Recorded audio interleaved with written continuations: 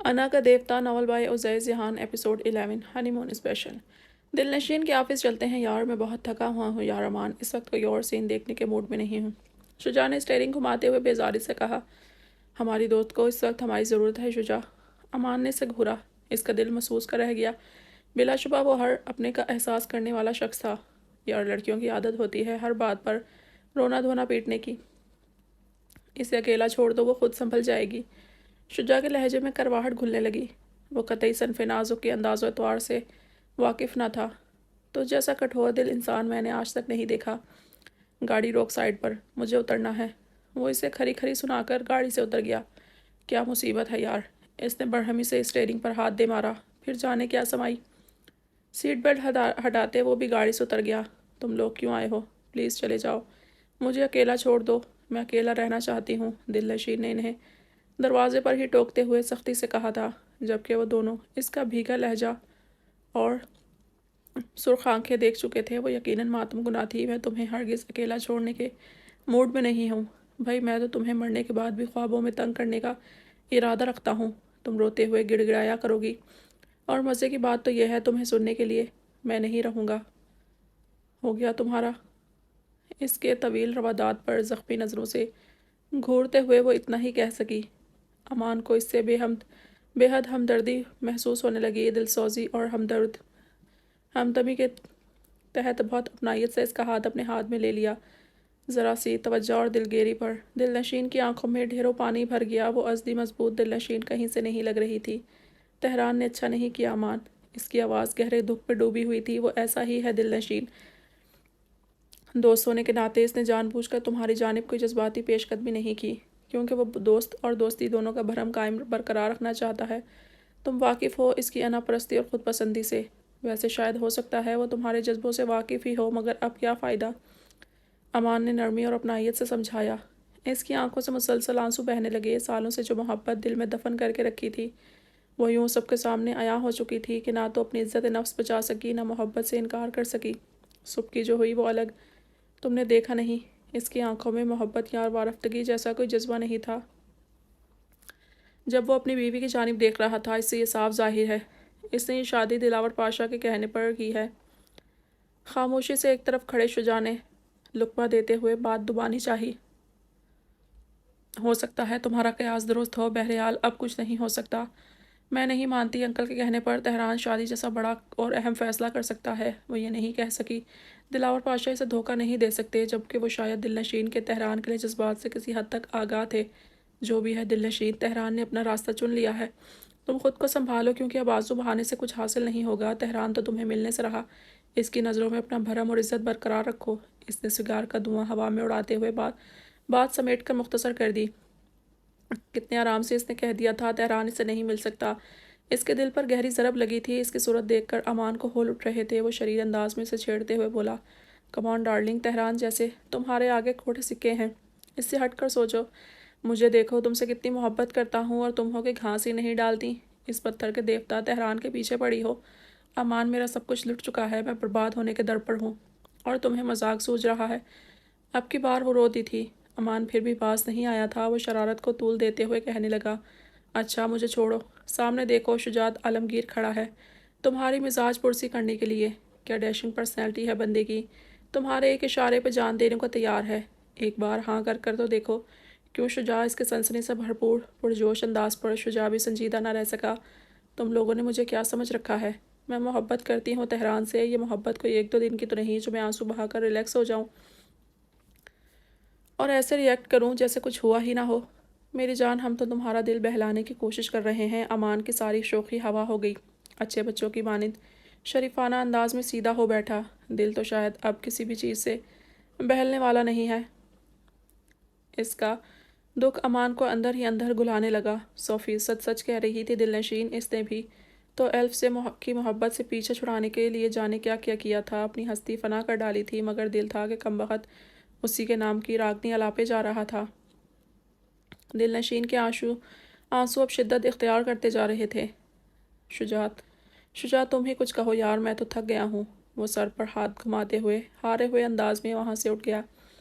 جس صوفے پر دل نشین گھٹنوں میں سر دیے سسک رہی تھی، تم کیوں خود کو ڈیگریڈ کیے جا رہی ہو یار؟ یا تم یہ امید لگائے بیٹھی ہو کہ تہران تمہیں اپنے اس رویے کی صفائی دے گا؟ وہ سگار پھینک کر کچھ تلخ اور طنز سے بولا۔ دل نشین نے سر اٹھا کر زخمی نظروں سے گھورا مگر بولی کچھ نہیں۔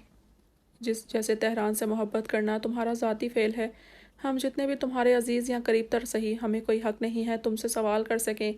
اسی طرح سے شادی کا فیصلہ سراسر تہران کا نجی فیصلہ ہے، ہمیں یا تمہیں کوئی حق نہیں پہنچتا کہ ہم اس سے سوال کریں۔ وہ رضوان سے سمجھانے لگا۔ میں نے یہ تو نہیں کہا۔ اس نے ناراضگی کا برملا اظہار کرتے ہوئے فوراً پینترا بدلا۔ تو پھر تم خود کو کیوں تھکا رہی ہو؟ اگر تمہیں محبت ہے تو دوستی کی خاطر قربان کر دو اپنی محبت۔ سنا تم نے؟ پھر سے وہی دل نشین بن جاؤ جو ہماری عزیز جان دوست تھی۔ یہ اتنا آسان نہیں ہے شجاع، وہ اندر سے ٹوٹی ہوئی تھی۔ ناممکن تو نہیں ہے، کوشش کر کے دیکھو اور ایک بات گانٹھ باندھ لو، کبھی یہ سوچ کر تہران کی طرف دوبارہ مائل نہ ہو جانا کہ وہ اپنی بیوی میں انٹرسٹڈ نہیں ہے، یہ تمہیں بہت چھوٹا بنا دے گا۔ جس دل نشین معیز درانی کو میں جانتا ہوں وہ بہت بلند و بالا کردار کی مالک ہے، وہ کبھی ایسی چھوٹی حرکت نہیں کرے گی۔ وہ اس کی آنکھوں میں دیکھتے ہوئے کہہ رہا تھا جس پر دل نشین نے پوری رضامندی سے سر ہلایا تھا، کیونکہ انسان کا قیمتی اثاثہ اس کے دوست ہوتے ہیں جو ناکامیوں اور مشکلوں میں ساتھ دیتے ہیں۔ زندگی میں چاہے جتنا بھی بڑا مقام مل جائے، دوستوں سے قیمتی ہرگز نہیں ہو سکتا دل نشین۔ اگر زندگی میں کبھی انتخاب کا موقع آئے تو دوست کا انتخاب کرنا، قیمت چاہے جو بھی ہو۔ وہ ہماتن گوش دم سادے اس کی باتیں سن رہی تھی، آنسو پونچھتے ہوئے خود کو کمپوز کیا، بھیگی آنکھوں سے مسکرا دی۔ یہ ہوئی نہ بات، اس نے ستائش کی۔ ہم اگر ایک دوسرے کی جان ہے تو تم ہمارا دل ہو، ہمیں بہت عزیز ہو۔ اس کا ہاتھ دبا کر اسے اہمیت کا احساس دلایا، وہ خود کو ہلکا پھلکا محسوس کرنے لگی۔ مجھے اب چلنا چاہیے یار۔ بائی گاڈ، میں تو آنا ہی نہیں چاہ رہا تھا، امان مجھے زبردستی کھینچ کر لایا تھا، ورنہ میں سو رہا ہوتا اب تک۔ وہ گھڑی دیکھتے ہوئے اٹھ کھڑا ہوا۔ بہت بدتمیز ہو تم، اس نے کشن کھینچ کر دے مارا، جو شجاع نے بروقت کیچ کر لیا۔ وہ واقعی بہل گئی تھی ان کی باتوں سے، چاہے تھوڑی دیر کے لیے ہی سہی۔ چلو امان۔ وہ امان کو اشارہ کرتے ہوئے باہر نکل گیا۔ اب رونا مت اور اپنا خیال رکھنا۔ اس کا گال تھپ تھپا کر سخت تاکید کرتے ہوئے وہ بھی اس کے پیچھے نکل پڑا۔ تمہیں کہاں چھوڑوں؟ شجاع نے ڈرائیونگ سیٹ سنبھالتے ہوئے پوچھا۔ اس کا نیند سے برا حال تھا۔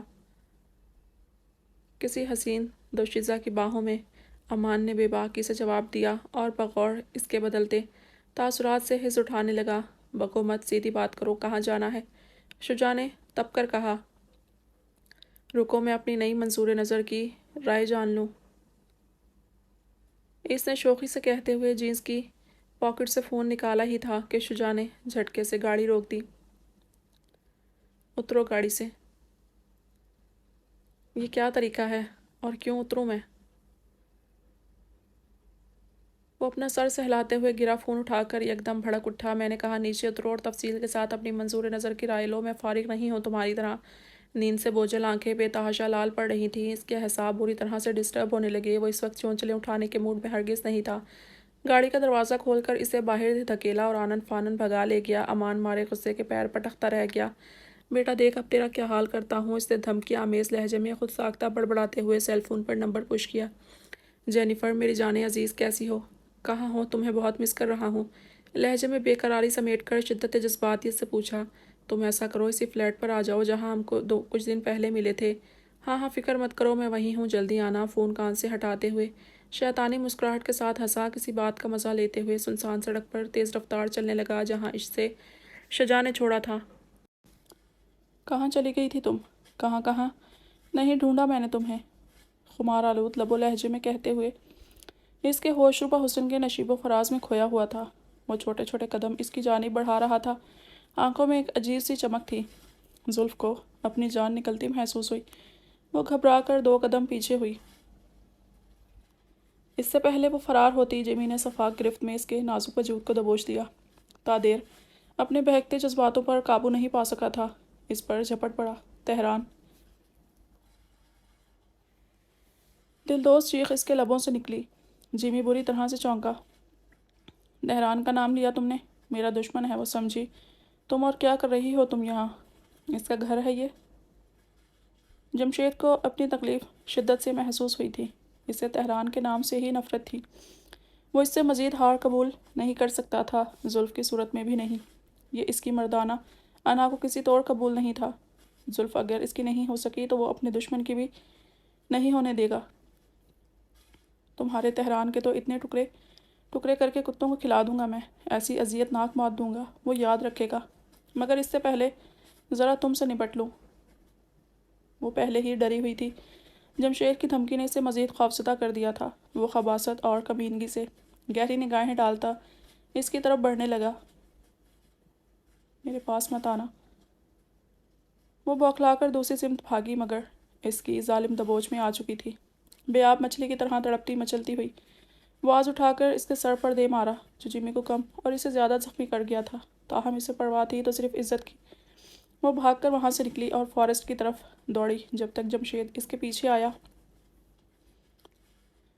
وہ منظر سے کہیں غائب ہو چکی تھی۔ اس نے بہت ڈھونڈا مگر زلف نہیں ملی۔ چھوڑوں گا نہیں میں اس خبیث تہران پاشا کو، اور تمہیں ایک دن میرا ہونا ہے زلف، یاد رکھنا، دھمکاتا، بڑھ کے مارتا۔ بالآخر وہ ہار مان کر وہاں سے چلا گیا۔ ہر بات سے بے خبر وہ اپنی آفس سے لوٹ کر آیا تو کاٹیج میں چیزیں ٹوٹ پھوٹ کا شکار تھی۔ تہران کو غیر معمولی سا احساس ہوا۔ اب ہمیں سکیڑے کمرے کی جانب بڑھا۔ کمرے کی حالت زیادہ ابتر تھی۔ کھڑکی کے پاس کتاب گری ملی۔ وہ تیزی سے باہر نکلا تو راہداری میں کانچ کی کراکری ٹوٹ کر بکھری ہوئی تھی، جس کے قریب خون کے قطرے بھی تھے۔ زلف اس کے لبوں سے حتی الامکان پھسلا۔ زلف اس کی پکار آہستگی سے تیز ترین ہوتی جا رہی تھی۔ وہ اسے ڈھونڈتے ہوئے پکار رہا تھا، بے چینی سے، بے تابی سے، پریشانی سے، مگر جواب ندارد۔ اچانک وہ کہیں سے نکل کر اس کے سامنے آ گئی۔ وہ خود سے بے خبر، بیگانہ لگ رہی تھی۔ آنسو مسلسل اس کی آنکھوں سے رواں تھے۔ اسے بکھری حالت میں دیکھ کر تہران کے دل کو زور سے دھکا لگا تھا۔ زلف، کیا ہوا ہے تمہیں؟ وہ بے تابی سے آگے بڑھا۔ جمشید یہاں آیا تھا۔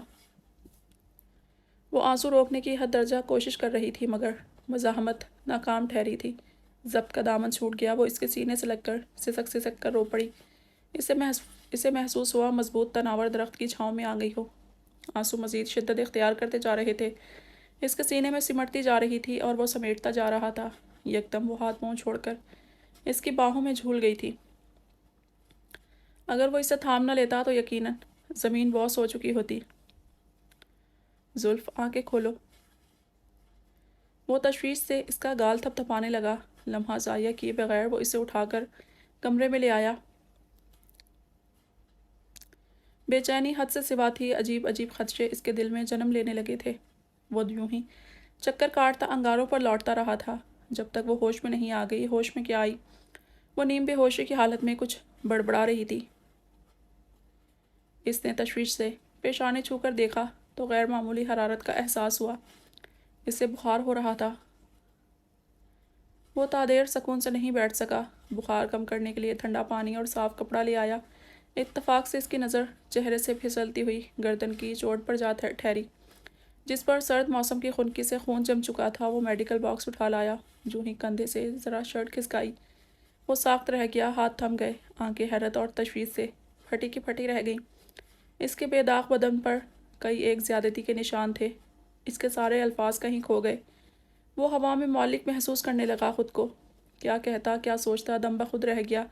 ناک پر انگلی جمائے کئی دیر اسے دیکھتا رہا، سوچتا رہا۔ دماغ میں یک با یک اس کے جملے، گزارشیں، عرضیاں بازگشت کرنے لگیں۔ وہ جان گیا زلف نوروز کی زیست کن مظالم اور مراحل سے گزری ہوگی۔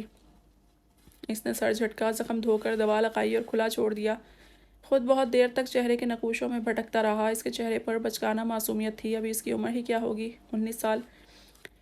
20 سال کتنا کچھ سہ لیا تھا، کتنے روگ پال لیے تھے، کتنے نقب لگا چکی تھی زندگی سے۔ اس کے اپنے بہت ظالم تھے، سہارا بننے کے بجائے بے سہارا کر دیا تھا۔ اس کے اندر ایک عزم سر اٹھانے لگا جس پر مصمم ارادہ اور عمل پیرا ہونے کی از خود کی تاکید کی، اور اٹھ کر روشنی بجھا دی۔ لاؤنج میں صوفے پر نیم دراز ہو گیا۔ دن بھر کا تھکا ہوا تھا، اسے جلد ہی نیند نے آ لیا۔ اس کی دسترس میں ہر خوف بھلا کر وہ ایسی پرسکون نیند سوئی تھی کہ پھر صبح آنکھ کھلی۔ وہ رخ موڑے اسٹڈی ٹیبل پر، جانے کیا کر رہا تھا۔ تہران اس کی مدھم سسکی پر چونک کر پلٹا۔ اب کیسا محسوس کر رہی ہو؟ رات تمہیں ٹیمپریچر ہو گیا تھا۔ وہ چلتا ہوا بیڈ کے قریب رکا، پیشانی چھو کر پوچھنے لگا، تہران، مجھے تم سے بات کرنی ہے، اس نے بے تابی سے کہتے ہوئے اس کا ہاتھ پکڑ لیا۔ تہران نے اسے فی الفور ٹوکا، تم فریش ہو جاؤ، ناشتہ کر لو پہلے، اس بارے میں ہم بعد میں بات کرتے ہیں۔ وہ جیسے اس کی بے چینی سے واقف تھا، آنکھوں ہی آنکھوں میں تسلی دیتے ہوئے نرمی سے گویا ہوا۔ وہ لب بیچ کر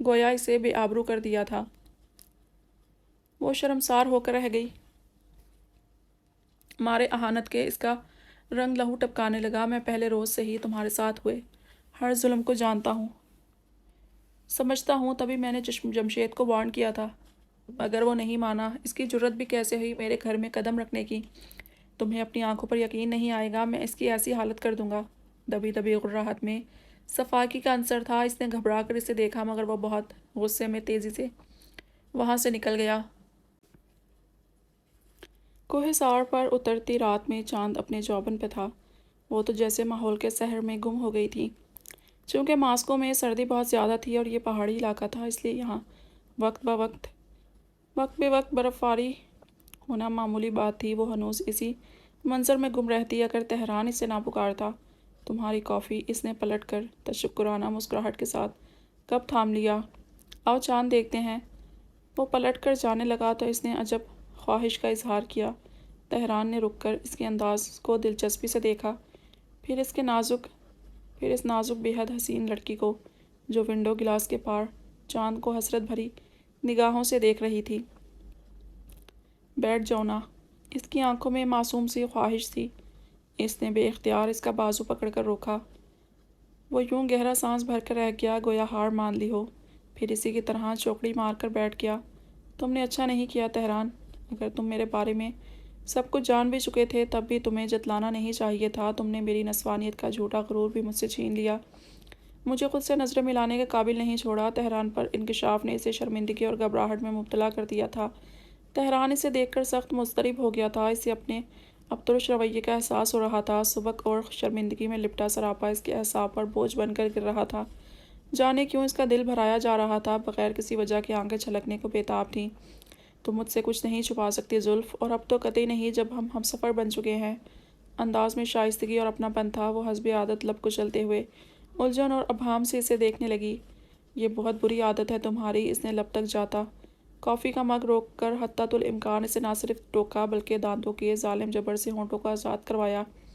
اس کی جسارت پر زلف کی دھڑکنیں تیز تیز چلنے لگیں۔ اس کے انداز میں کتنی اپنائیت اور بے تکلفی تھی۔ زلف کو دھچکا سا لگا۔ پرسکون اور سکوت بھری رات کی خاموشی میں جہاں کوئلوں کے دہکنے کی آواز زور و شور سے آ رہی تھی، اپنے من پسند شخص کی قربت اور رفاقت محسوس کرنا کس قدر خوبصورت احساس تھا۔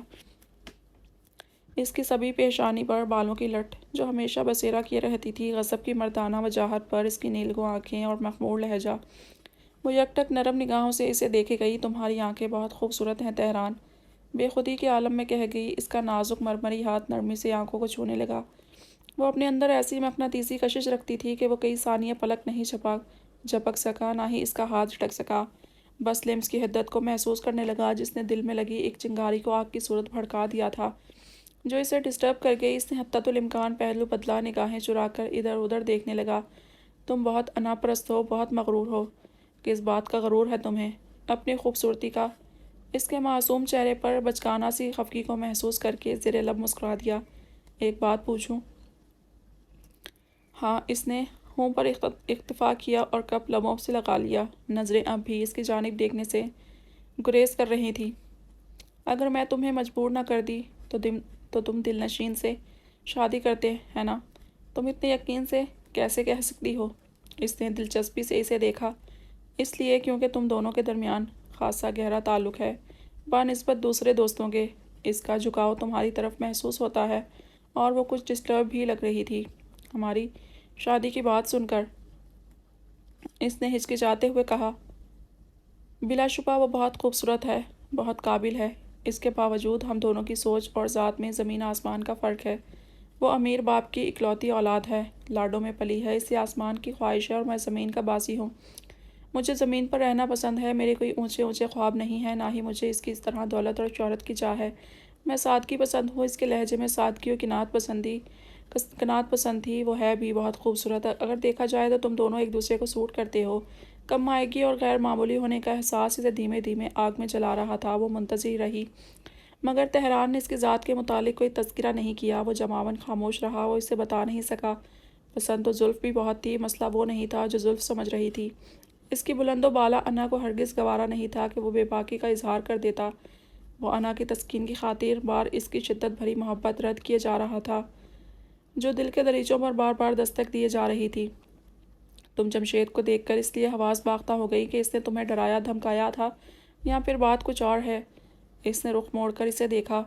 اس کی سفید اجلی رنگت پہ زلفیں لہرا رہی تھیں، آنکھ کے شعلے چہرے کی خوبصورتی کو اور بھی دل فریب بنا رہے تھے۔ اس بات سے کیا مطلب ہے تمہارا؟ اس کے سوال نے ایسی سبکی اور خفت سے دوچار کیا تھا کہ نظریں نہیں ملا پا رہی تھی وہ۔ اس کی زیرک نگاہوں سے بچنے کے لیے اس نے رخ موڑ کر پوچھا، تمہیں گردن پر چوٹ کیسے لگی؟ چوٹ لگنی تھی لگ گئی، تمہیں اس سے کیا؟ تم کیوں اتنا انوالو ہو رہے ہو اس معاملے میں؟ اس نے پلٹ کر رکھائی سے کہا، آنسوں کے ہیجان سے اس کی آواز غیر متوازن ہو رہی تھی۔ تمہارے ہر معاملے میں انوالو ہونا حق ہے میرا مس زلف۔ اب میری ایک بات کان کھول کر سن لو، نہ بھائی، نہ کوئی بہن، نہ کسی دوسرے تیسرے سے تم میری اجازت کے بغیر ملو گی، خاص کر تمہارا باپ۔ میں اس شخص کی شکل بھی نہیں دیکھنا چاہتا، سمجھ گئی تم؟ اب تم وہی کرو گی جس کی میں تمہیں اجازت دوں گا۔ اپنا عہد یاد ہے نا تمہیں؟ وہ تمام تر نرم جذبوں پر انا کا نقاب چڑھا کر بیگانگی سے بولا۔ وہ آنسو اندر اتارتے ہوئے اس بات میں سر ہلانے لگی۔ گڈ۔ وہ تیزی سے کافی کا خالی کپ اٹھا کر اس کے پہلو سے اٹھ گیا۔ اور مجھے تم جیسی روتی دھوتی لڑکیاں بالکل پسند نہیں ہیں۔ ذرا رخ موڑ کر بولا اور پھر اندھیرے میں غائب ہو گیا۔ وہ غیر موجودگی میں بھی اس کے احساس کو بہت دیر تک محسوس کرتی رہی تھی، پھر وہیں صوفے پر کمفرٹر کھینچ کر سو گئی۔